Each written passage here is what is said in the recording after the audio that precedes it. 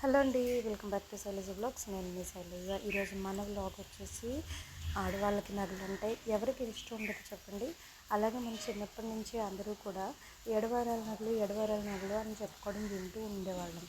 అలాగే మన అమ్మమ్మలు ముత్తమ్మలు లేదా మన ఊర్లో కరణం గారు వాళ్ళు ఎవరో బాగా డబ్బున్న వాళ్ళు ఈ ఏడువారాల నగల్ని అలంకరించుకుంటూ నెక్స్ట్ తరానికి అందిస్తూ ఉండేవారని చెప్పి వినడమే తెలుసు.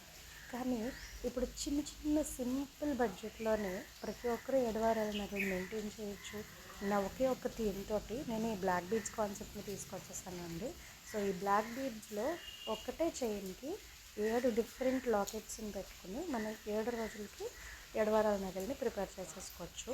సో దీంట్లో ఆదివారం వచ్చేసేసి సూర్యుడు కాబట్టి సూర్యుడికి ప్రీతికరమైనది కెంపు, దాని తెలుగులో కూడా కెంపు అని అంటాము, కెంపు రాయిని వాడతాము.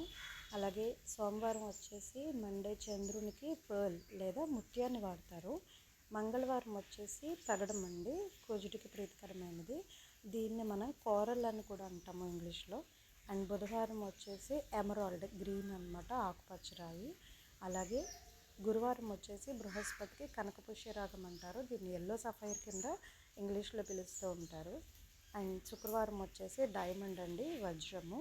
శనివారం వచ్చేసి ఇంద్రనీలం, దీన్నే నీలం రాయి అని చెప్పి అంటాము, దీన్ని బ్లూ సఫైర్ అంటాం. సో ఇది వచ్చేసి నా వార్డ్రోబ్లో ఒక ఏడువారాల నగల కలెక్షన్ అండి, లాకెట్స్ తోటి, ఒక బ్లాక్ బీడ్స్ చైన్ తోటి.